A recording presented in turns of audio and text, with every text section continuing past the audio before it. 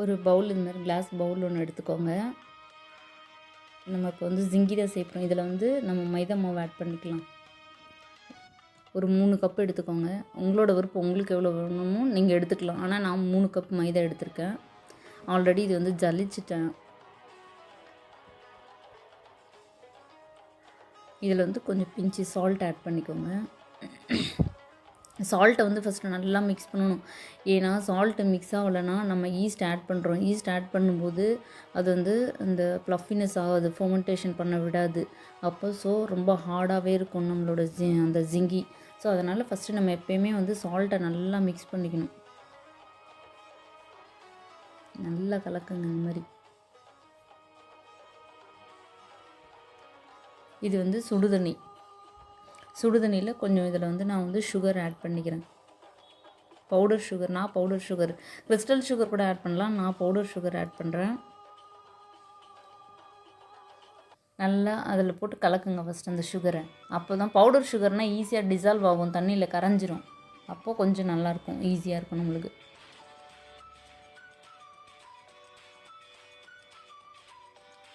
So கொதிக்கிற தண்ணியில் கொஞ்சம் நார்மலாக ஹீட்டாக இருக்கிற தண்ணி தான் போதும். Lukewarm water. இதில் நான் ஒரு 2 spoon sugar, powder sugar add பண்ணியிருக்கேன். இது கொஞ்சம் நல்லா கரைச்சிடலாம்.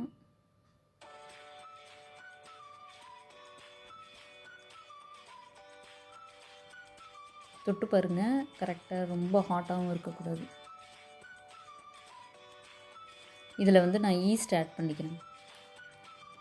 இது வந்து ஆக்டிவேட்டட் ஈஸ்ட்டு.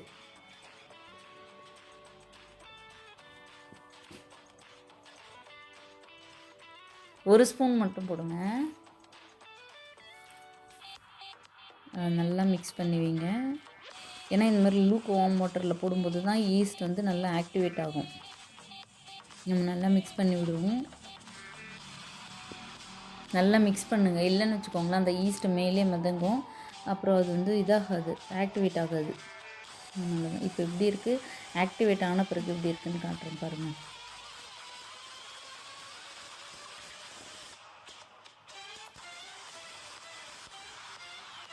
இது வந்து ginger garlic paste powder powder விற்றாலும் நீங்கள் பவுடர் உங்கள்கிட்ட கிடைச்சாலும் நீங்கள் பவுடர் ஆட் பண்ணலாம். பவுடர் ஆட் பண்ணால் இன்னும் ரொம்ப டேஸ்ட்டாக இருக்கும். பட் ஆனால் என்கிட்ட பவுடர் இல்லை, அதனால் நான் வந்து ஜிஞ்சர் கார்லிக் வந்து நல்லா இதை நசுக்கி வச்சுருக்கேன். இதில் போட்டு நல்லா மிக்ஸ் பண்ணிக்குவோம். ஏன்னா நம்ம ஜிஞ்சர் இந்த பூண்டோட இது ஆட் பண்ணும்போது என்னாகும்னா மைதாவில் டேஸ்ட் நல்லாயிருக்கும். இல்லைன்னா வெறும் மைதா மாவு சாப்பிட்ற மாதிரி இருக்கும்.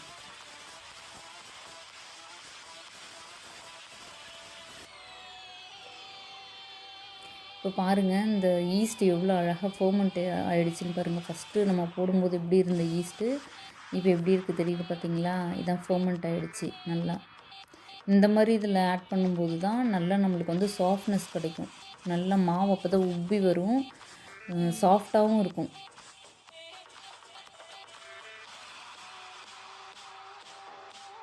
பார்த்தீங்களா?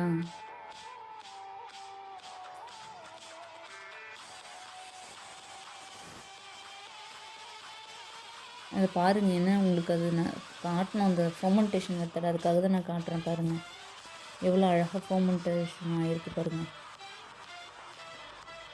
நல்லா எப்படி நம்ம போட்ட அந்த ஈஸ்ட் வந்து உப்பி இதாக இருக்குது பாருங்கள் ஈஸ்ட்டு. ஓகேங்களா? இப்போது நம்ம இந்த மாவில் ஆட் பண்ணிக்கலாம். நடுவில் ஆட் பண்ணுங்கள், அப்போ தான் எல்லா இடமும் ஈவனாக வந்து மிக்ஸ் ஆகும். அதுக்காக தான் நம்ம இந்த மாவில் தண்ணிலாம் ஊற்றக்கூடாது. இதில் இந்த தண்ணியை மட்டும்தான் ஊற்றி மிக்ஸ் பண்ணணும். சப்போஸ் உங்களுக்கு பத்தலை, மாவு ஹார்டாக இருக்கிற மாதிரினா லைட்டாக அந்த சுகர் ஆட் பண்ணோம் பார்த்திங்களா, அந்த மாதிரி சுகர் தண்ணியை மட்டும் வெதுப்பான இதில் ஆட் பண்ணணும். கொஞ்சம் கொஞ்சமாக நம்ம நல்லா கலக்கலாம், பிசைஞ்சிக்கலாம்.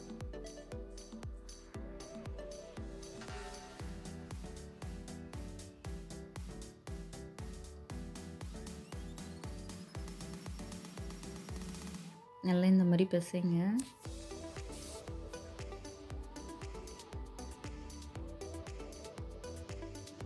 இந்த மாவு எவ்வளோ சாஃப்டாக இருக்கோ அவ்வளோ இது. ஏன்னா இது வந்து நம்ம வந்து மைக்ரோ ஓவனில் செய்ய போகிறது கிடையாது. இது வந்து நம்ம வந்து கடாயில் தான் செய்ய போகிறோம். அதுக்காக கொஞ்சம் நல்லா சாஃப்டாக இருந்தால் தான் ஈஸியாக வேகும், இல்லைன்னா வேகாது. மைக்ரோவன்னா ஒன்றும் பிரச்சனை இல்லை. பட் நம்ம கடாயில் செய்கிறதுனால மாவு நல்லா சாஃப்டாக இருக்கணும். எல்லோரும் ஓவனில் தான் இந்த செய்வாங்க ஜிங்கி. பட் ஆனால் நான் வந்து கடாயில் செஞ்சுருக்கேன். அதே சேம் நீங்கள் ஓவனில் செஞ்சால் எப்படி இருக்குமோ அதே சேம் டேஸ்ட்டில் தான் இருக்கும். மாவு மட்டும் நீங்கள் நல்லா பிசைஞ்சிட்டிங்கன்னு வச்சுக்கோங்க கரெக்டான பதத்துக்கு.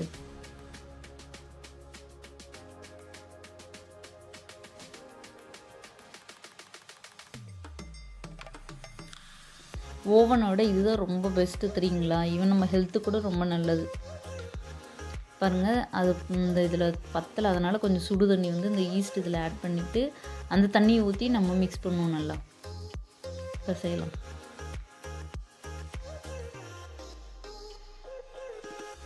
நல்லா பிசையணும். நீங்கள் எவ்வளோக்கு எவ்வளோ பிசைகிறீங்களோ அவ்வளோக்கு எவ்வளோ அது ஃபர்மெண்ட் ஆகி ரொம்ப சாஃப்டாக வரும் மாவு. நீங்கள் சரியாக பிசையாமல் விட்டிங்கன்னா அது ஃபர்மெண்ட் ஆகாது, அப்போது உப்பி வராது. ஸோ வந்து ரொம்ப ஹார்டாக இருக்கும்.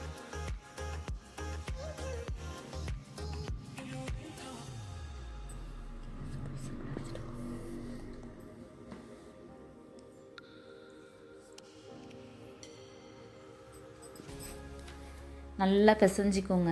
இதே மாதிரி கைவிடாமல் நல்லா பிசைஞ்சிட்டே இருங்க.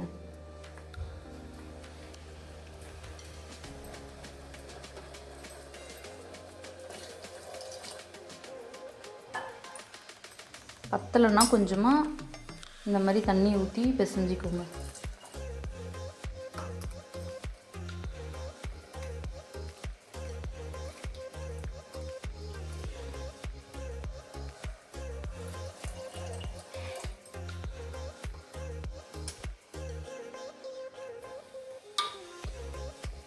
இதில் கொஞ்சம் லைட்டாக ஆயில் ஊற்றி பிசைஞ்சிக்கோங்க. ஏன்னா லைட்டாக மேலே ஆயில் ஊற்றி பிசைஞ்சால் தான் நல்லா ஃபர்மெண்டேஷன் ஆகும்.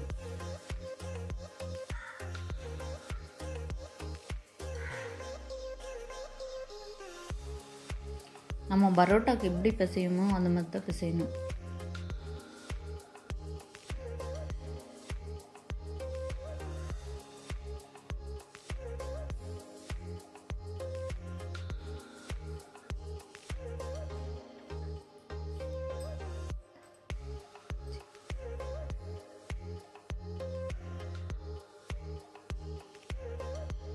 இந்த மாதிரி தான் பிசையணும்.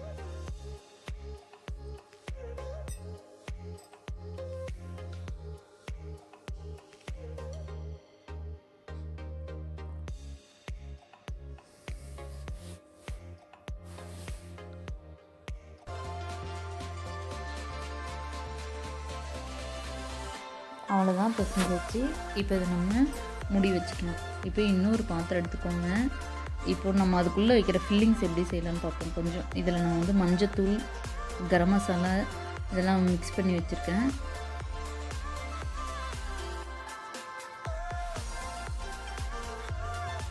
இந்த லைட்டாக பெப்பர், ஜீரகத்தூள், கொஞ்சமாக சால்ட்டு,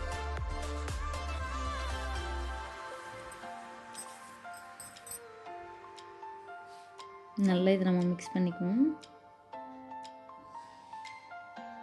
நல்லா தெரிஞ்சுக்கோங்க. கரம் மசாலா, ஜீரகத்தூள், கொஞ்சமாக பெப்பர், அப்புறம் மிளகாத்தூள், இது 3 இது அதனோட மசாலாவுக்கு. நல்லா இதை நம்ம மிக்ஸ் பண்ணிக்குவோம். கொஞ்சம் சால்ட் ஆட் பண்ணியிருக்கேன். இப்போது இதில் நம்ம இந்த பன்னீரை கொட்டிடலாம். நல்லா இதை கொட்டி நல்லா டாஸ் பண்ணுங்க.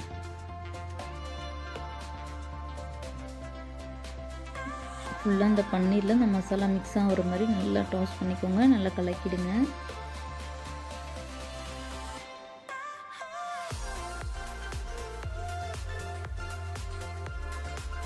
இந்த மாதிரி நல்லா டாஸ் பண்ணணும். நல்லா மிக்ஸ் பண்ணி விட்டுக்கோங்க.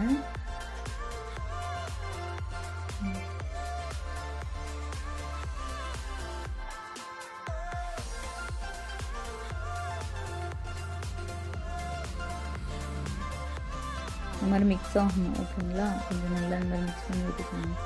ஈவனாக எல்லா இடத்துலையும் மசாலா வந்து எல்லா இடத்துலையும் படுற மாதிரி மிக்ஸ் பண்ணிக்கோங்க. இது வந்து மயோனஸ்,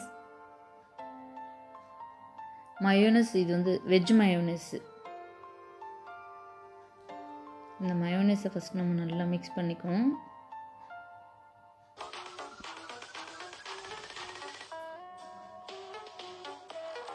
இது வெஜ் மயோ, எக் மயோ இல்லை, வெறும் வெஜ் மயோ. இதில் வந்து ஹராசா பேஸ்ட்னால் எதுவும் இல்லை. நான் உங்களுக்கு அடுத்த வீடியோவில் இது எப்படி செய்யணுன்றது நான் போடுறேன். ஹராசா பேஸ்ட்னால் இந்த மிளகாவும் தக்காளி பேஸ்ட்டு, அதாவது நம்ம தக்காளி சட்னி மாதிரின்னு வச்சுக்கோங்களேன். ஆனால் சூப்பர் மார்க்கெட்லேயும் இது கிடைக்கிது. ஹராசா பேஸ்ட்டுன்னு நீங்கள் கேட்டிங்கன்னா கிடைக்கும். பட் ஆனால் இது நான் வீட்டிலே செஞ்சது. இதுதான் இதுக்கு மெயின் இன்க்ரீடியண்ட்டே, இந்த உள்ளே இருக்க ஸ்டஃபிங்க்கு. இந்த மயோ சாஸ் தான் வந்து சேம் நம்ம எப்படி நம்ம இந்த டொமினோஸில் சாப்பிடுவோமோ அதே டேஸ்ட்டு கொடுக்கும். இதில் வந்து கொஞ்சம் நம்ம வந்து லெமன் ஆட் பண்ணிக்கலாம். லெமன் ஆட் பண்ணும்போது கொஞ்சம் அது டேங்கியாக நல்லாயிருக்கும். நல்லா மிக்ஸ் பண்ணிக்கோங்க. இப்போது இதை வந்து நம்ம அந்த பன்னீர் நம்ம டாஸ் பண்ணி வச்சுருக்கோம் பார்த்தீங்களா, அதில் போட்டு நம்ம மிக்ஸ் பண்ணிக்கலாம். இந்த பேஸ்ட்டு தான் சேம் நம்ம எப்படி நம்ம டாமினோஸில் சாப்பிட்றோமோ அதே ஃப்ளேவர் நம்மளுக்கு கொடுக்கும். இப்போது இதில் நம்ம போட்டு மிக்ஸ் பண்ணிக்கலாம்.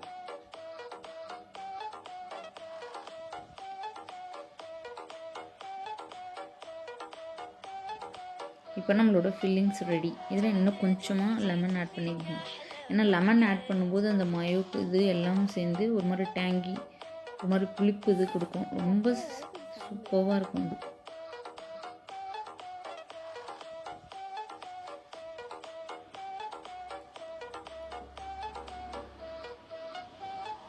இப்போ நம்மளோட ஃபில்லிங்ஸ் ரெடி.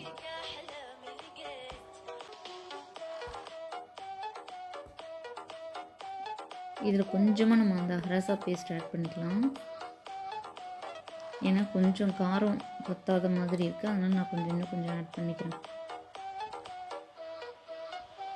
இதனோட டேஸ்ட்டு பார்த்திங்கன்னா ஸ்வீட்டாகவும் இருக்கும், புளிப்பாகவும் இருக்கும், காரமாகவும் இருக்கும். ரொம்ப டேஸ்ட்டாக இருக்கும் இந்த ஃபில்லிங்ஸ்.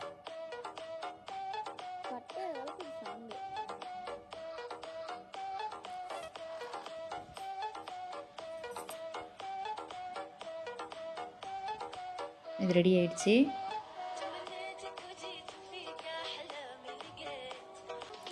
இதில் கொஞ்சம் நான் வந்து இந்த பெரி மசாலா ஆட் பண்ணுறேன். பெரி மசாலான்னா எதுவும் இல்லை, நம்ம இதுக்கெலாம் ஆட் பண்ணணும் பார்த்தீங்களா, நம்ம நூடுல்ஸ்க்கெலாம், அதுதான் பெரி மசாலா.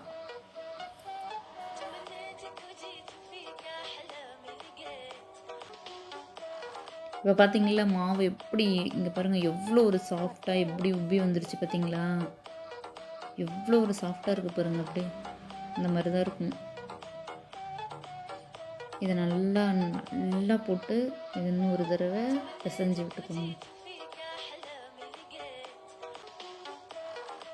பாருங்க எவ்வளோ ஒரு சாஃப்டாக இருக்குது.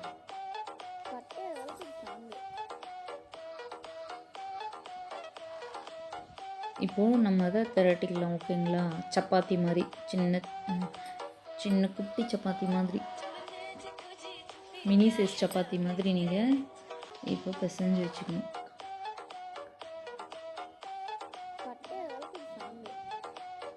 இது 𝘨𝑚𝑙𝑎ட்டிக் ஷேப்பில் நம்ம ரெடி பண்ணிக்கலாம். அதை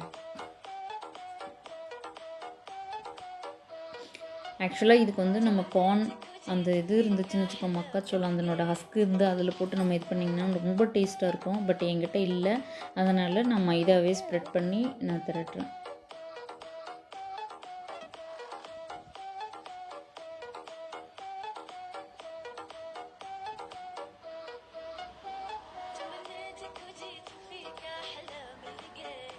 இந்த மாதிரி திரட்டிக்கோங்க.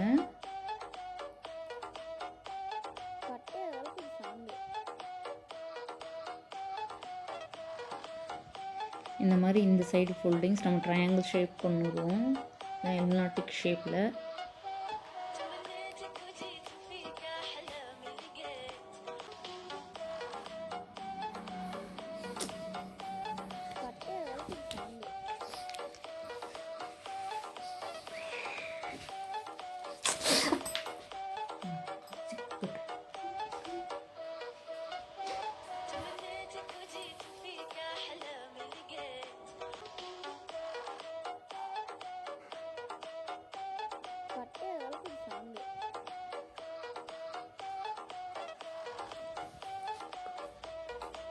இப்போ நம்ம இந்த ஃபில்லிங்ஸ் இதுக்குள்ளே வச்சுக்கலாம்.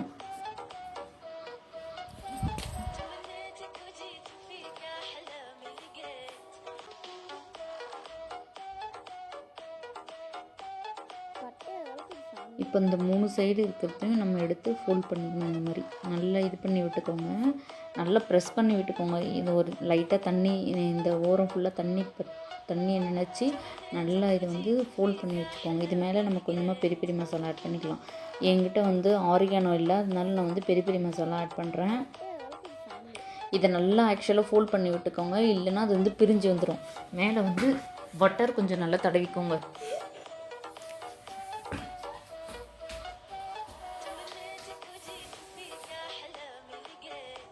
ஏன்னா பட்டர் மேலே நம்ம இது மாதிரி பண்ணும்போது, ப்ரஷ் பண்ணும்போது ரொம்ப டேஸ்ட்டாக இருக்கும்.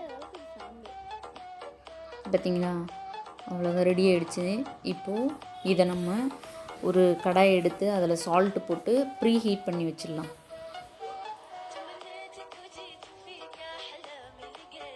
இது நான் ஆல்ரெடி 2 முன்னாடியே செஞ்சு வச்சுருக்கேன். இந்த மாதிரி ஃபஸ்ட்டு கடாயில் சால்ட்டு போட்டுக்கோங்க, அதுக்கு மேலே ஒரு ஸ்டாண்ட் வச்சுக்கோங்க. ஃபஸ்ட்டு கடாயை ஒரு 10 மினிட்ஸ் ப்ரீ ஹீட் பண்ணிக்கலாம். இப்போ நம்ம இந்த ஒரு பிளேட் எடுத்து அந்த பிளேட்டு மேலே நம்ம இப்போ செஞ்சு வச்ச இந்த இதை வச்சு நம்ம க்ளோஸ் பண்ணி வச்சுட்டு, இது வந்து 45 மினிட்ஸ் சிம்மில் வச்சு நீங்கள் இது வந்து நல்லா இதாகணும், பேக் ஆகணும். இப்போ பாருங்கள், 45 மினிட்ஸ் ஆகிடுச்சி. இப்போ எப்படி ஆயிருக்கு பார்த்திங்களா? இது வந்து கலர் கொஞ்சம் லைட்டாக தான் இருக்கும், ஏன்னா நம்ம வந்து கடாயில் செய்கிறோம். இதிலே நம்ம அவனில் செய்யும்போது இதனோட கலர் ப்ரௌன் கலராக மாறிடும். பட் ஆனால் இது வந்து கலர் மட்டும்தான் அந்த மாதிரி தெரியுமே தவிர, பட் ஆனால் சேம் டேஸ்ட்டு எல்லாமே அப்படியே சேம், நீங்கள் டாமினோஸில் சாப்பிட்ற மாதிரியே இருக்கும். ஜிங்கி பார்சல் வெளியில் நம்ம டாமினோஸ்லாம் சாப்பிடும்போது 140 ருபீஸ் ஆகும்னு நினைக்கிறேன். பட் ஆனால் இதே நம்ம வீட்டில் நம்ம செஞ்சு சாப்பிடும்போது 50 ருபீஸ்க்குள்ளே எத்தனை இது செஞ்சு சாப்பிட்லாம் தெரியுங்களா? அதுவும் இது நம்ம வந்து கடாயில் செய்யும்போது நம்மளுக்கு ஹெல்த்துக்கும் எந்த ப்ராப்ளமும் இருக்காது. இந்த மாதிரி லைட்டாக பட்டர் நீங்கள் ப்ரஷ் பண்ணிக்கோங்க, ரொம்ப டேஸ்ட்டாக இருக்கும். நீங்கள் செஞ்சு பாருங்கள், செஞ்சு பார்த்துட்டு எனக்கு மறக்காமல் நீங்கள் வந்து கமெண்ட் பண்ணுங்கள் எப்படி இருந்துச்சுன்ட்டு.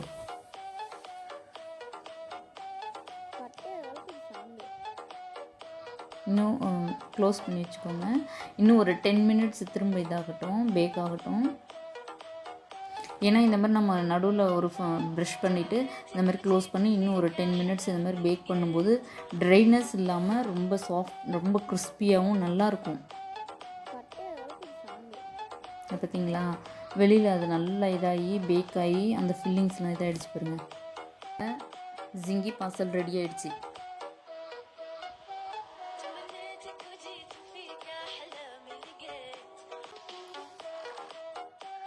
Enjoy your zingy parcel.